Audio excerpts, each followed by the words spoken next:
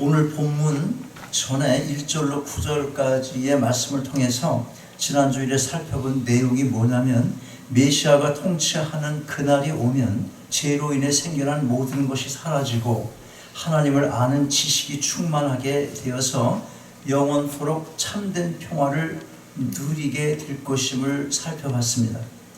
이어서 오늘 본문은 그날에 무슨 일이 일어나게 될 것인지를 계속해서 예언을 해주고 있습니다. 특별히 모든 열방이 메시아 왕국으로 나아올 것과 북이스라엘과 남유다의 남은 자들이 돌아와서 서로 화평을 이루고 모든 적대국들을 그들 앞에 복종시키게 될 것을 예언하는 내용입니다.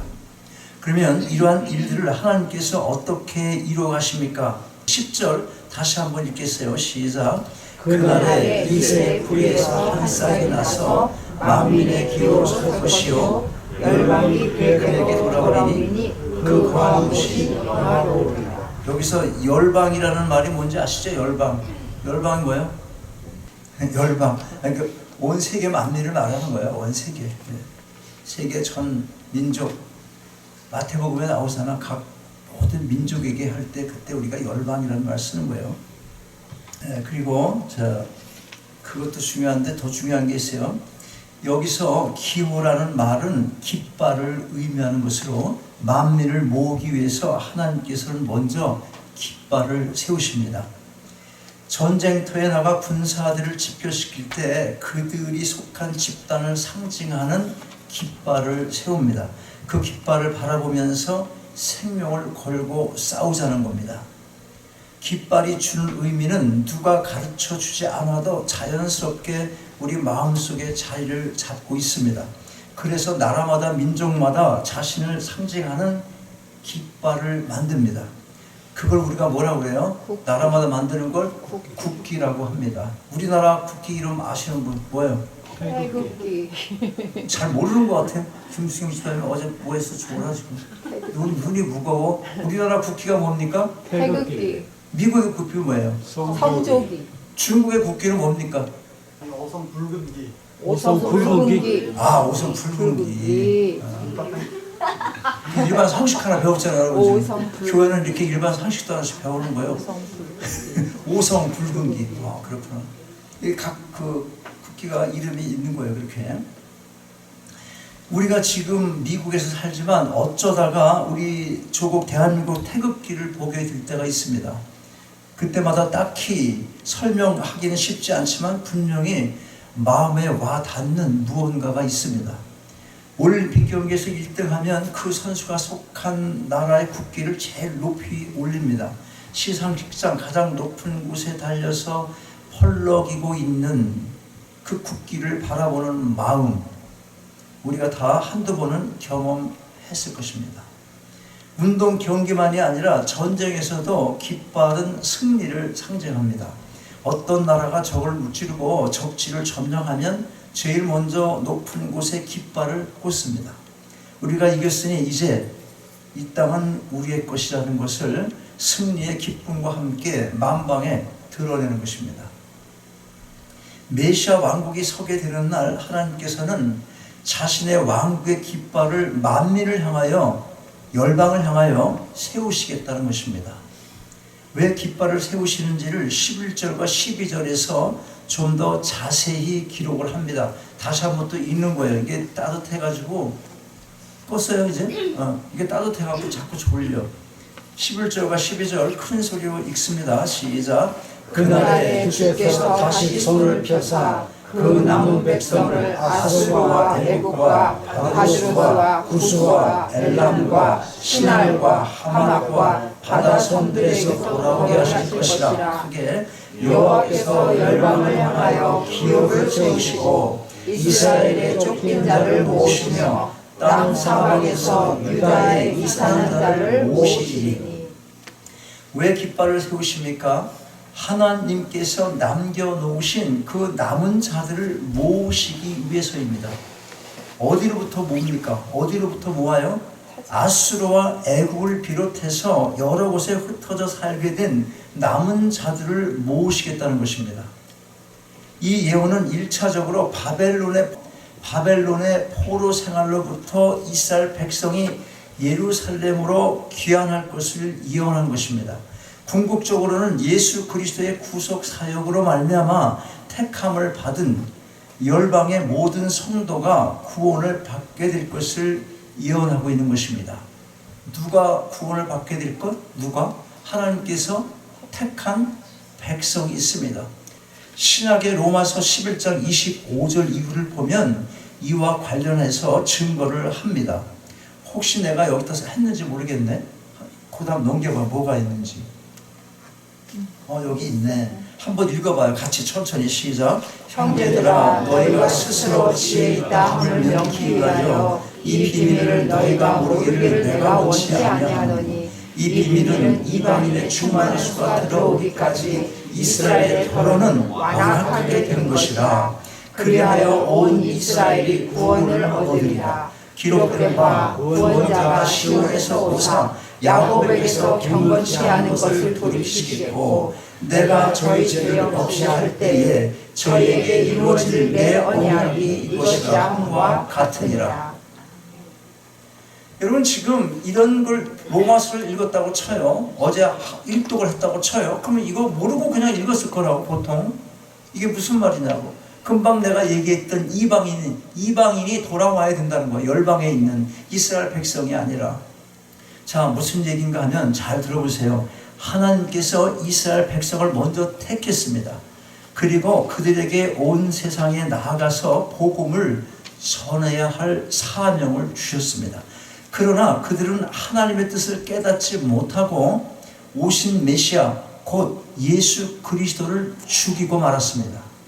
왜냐하면 그들은 구원을 정치적인 것 또 사회적으로 이루어지는 그런 해방만으로 생각을 하고 그것을 이루게 해줄 메시아를 기다렸는데 예수 그리스도는 그들이 기다려온 그런 메시아가 아니었던 것입니다.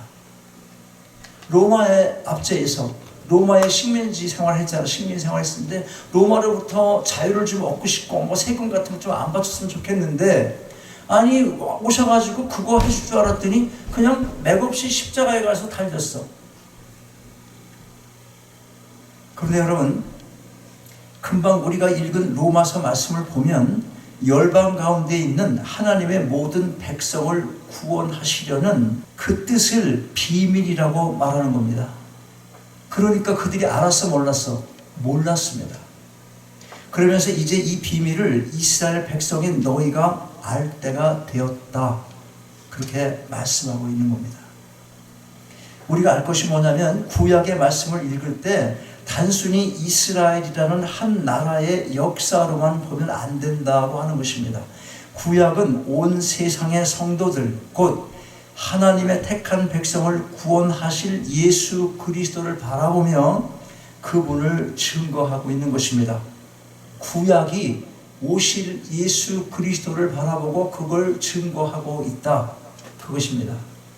그러면 신약을 사는 이 시대를 사는 우리는 어떻습니까? 이미 2000년 전에 그리스도께서 하나님 나라 왕으로 이 땅에 오셔서 사탄의 권세를 꺾고 그 나라를 세우셨지만 그 나라의 완성은 앞으로 재림하시는 그날에 온전히 이루어지게 되는 것입니다. 우리가 다시 오실 예수 그리스도를 소망하고 기다리며 이 땅을 살아가는 이유가 여기에 있는 것입니다. 자, 여러분 우리가 반드시 기억해야 할 것이 있습니다. 그게 뭐냐면 기독교는 마음의 돌을 닦는 종교가 아니라는 겁니다. 무슨 참선을 해서 열반을 하거나 무아지경에 빠져보자는 것도 아니고 내적 치유니 뭐니 하면서 뉴에이지적 사상이나 무슨 이상한 주문을 외우며 체면술 비슷한 짓을 하는 그런 차원이 아닌 것입니다. 이런 이상한 종교나 그와 비슷한 짓들이 왜 생겨납니까?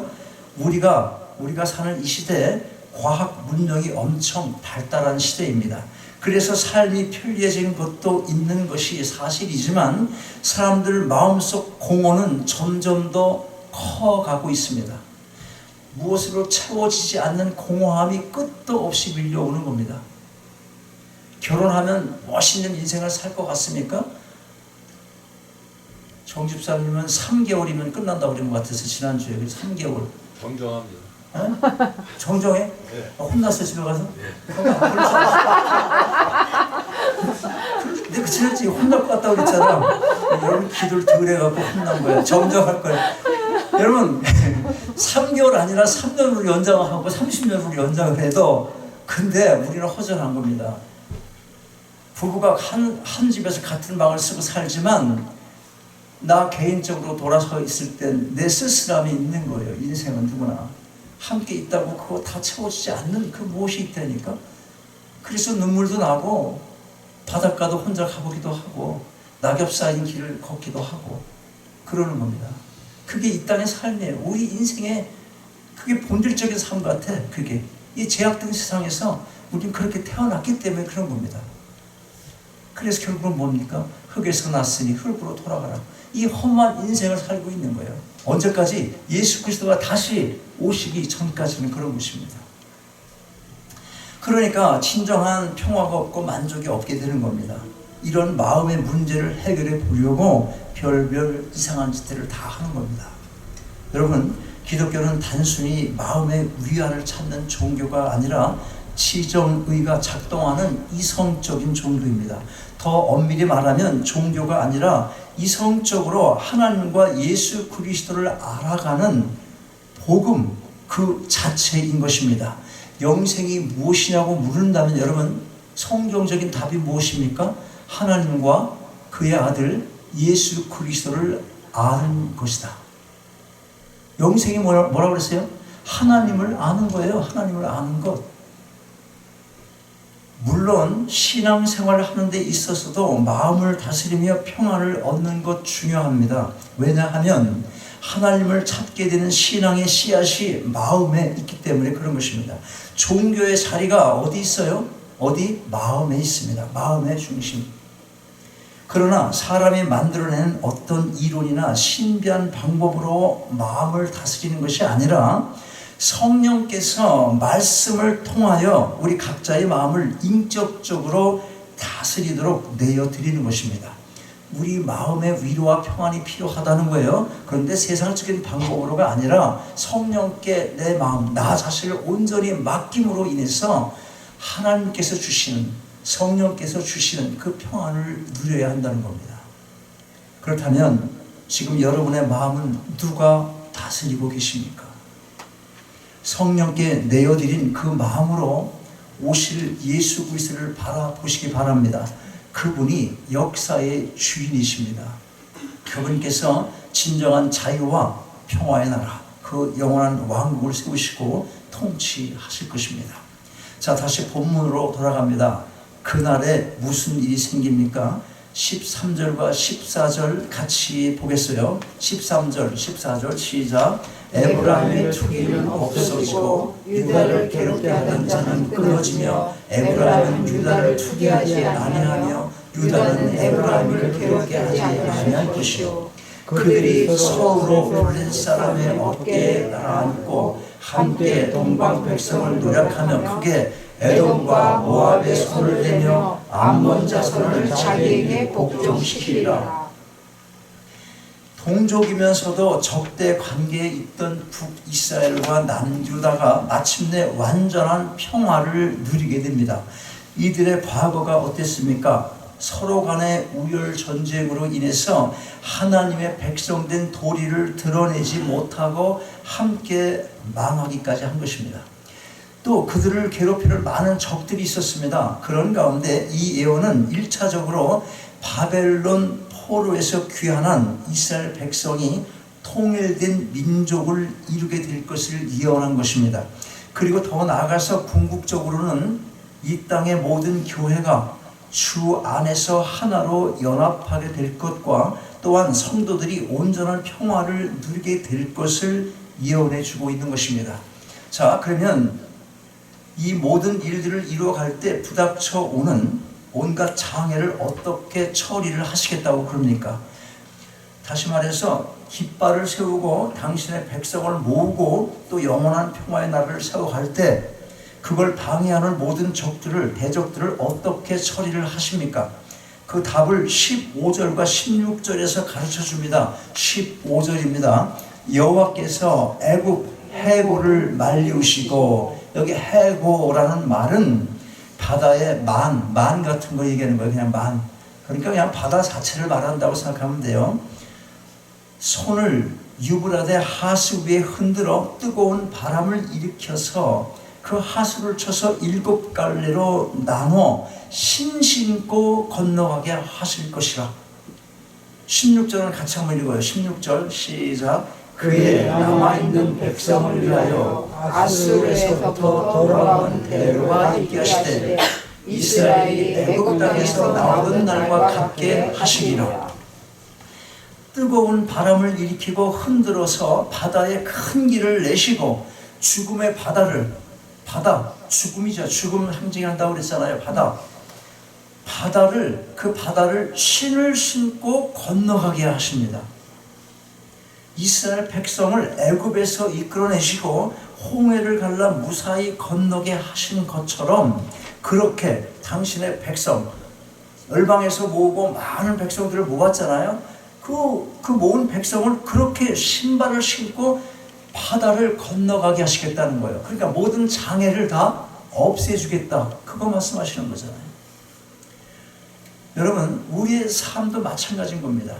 우리가 누굽니까? 주님 다시 오시는 날 온전히 임하게 될 영원한 나라의 백성입니다. 백성. 그렇다면 이 땅을 살아가는 우리의 삶 속에 부딪히는 온갖 장애물을 하나님께서 그냥 바라만 보고 가만히 있으시겠습니까? 그날에 하나님께서 처리하시는 방법으로 동일하신 그 하나님께서 지금도 우리의 일상의 삶 속에서 역사하시며 우리를 보호해 주시는 것입니다. 이걸 믿으셔야 합니다. 믿으십니까? 아멘. 너무 작아. 믿으십니까? 아멘. 그렇게 해야 돼요. 아멘 하면 그게 내게로 오는 거예요.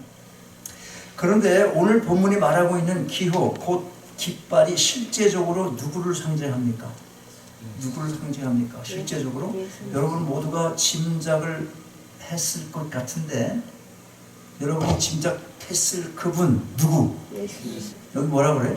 이새의 뿌리에서 난 한 싹. 누굽니까? 예수 그리스도. 메시아 예수 그리스도이신 것입니다. 그러면 이 시대에 예수 그리스도를 상징하는 게 뭐예요? 이 시대에 예수 그리스도를 상징한다. 뭡니까? 교회의 심볼. 교회의 심볼. 십자가입니다. 십자가. 그렇다면 여러분, 우리의 인생의 장에 밀려오는 파도가 아무리 험하다 해도 우리가 두려워해야 할 이유가 왜 있을 수 있겠습니까? 십자가를 바라보십시오. 십자가는 하나님께서 온 세상에 세우신 이 시대의 깃발인 것입니다. 십자가를 세우시고 당신의 백성을 열방 가운데 불러 모으시고 계신 것입니다. 삶이 힘이 드십니까? 얽힌 문제의 매듭이 풀리질 않습니까? 기도에 응답이 없어서 마음이 답답하십니까? 육체의 질병으로 고통 가운데 있으십니까? 그렇다면 하나님을 진실로 찾으시기 바랍니다. 하나님은 바다를 갈라 우리가 신을 신고 건너게 하시고 택한 백성이 돌아올 수 있도록 길을 내시되 대로를 만들어 주시는 하나님이신 것입니다. 어제나 오늘이나 동일하신 그 하나님께서 우리 위해서 이 시대의 깃발인 십자가를 세워 놓으셨습니다. 그 십자가 앞으로 나와 믿음으로 구하시기 바랍니다. 여러분에게 꼭 필요한 것이라면 반드시 응답을 해 주실 것입니다. 이제 15절 말씀을 다시 한번 크게 읽는 것으로 오늘 말씀을 마치도록 하겠습니다. 15절 크게 시작. 여호와께서 애굽 해골을 말리시고 손을 유브라데 하수 위에 흔들어 뜨거운 바람을 일으켜서 그 하수를 쳐서 7갈래로 나눠 신이시고 건너가게 하실 것이라. 아멘. 아버지 하나님, 주신 말씀 감사함으로 마음에 담습니다. 그날에 임하게 될 온전한 평화의 나라를 소망하며 이 땅의 삶을 살아가기 원합니다. 바다를 갈라 실을 신고 건너게 하시며 험한 인생길 대로를 만들어 인도하시는 그 은혜를 늘 기억하며 감사함으로 살아가게 하옵소서. 하나님, 이 시대에 하나님 나라 깃발이 십자가임을 배웠사오니 날마다 그 십자가 바라보게 하시고 주님 다시 오실 그날 준비하며 살아가는 저희 모두의 삶이 되게 하옵소서. 주 예수 그리스도의 이름으로 기도하옵나이다. 아멘. 일어나셔서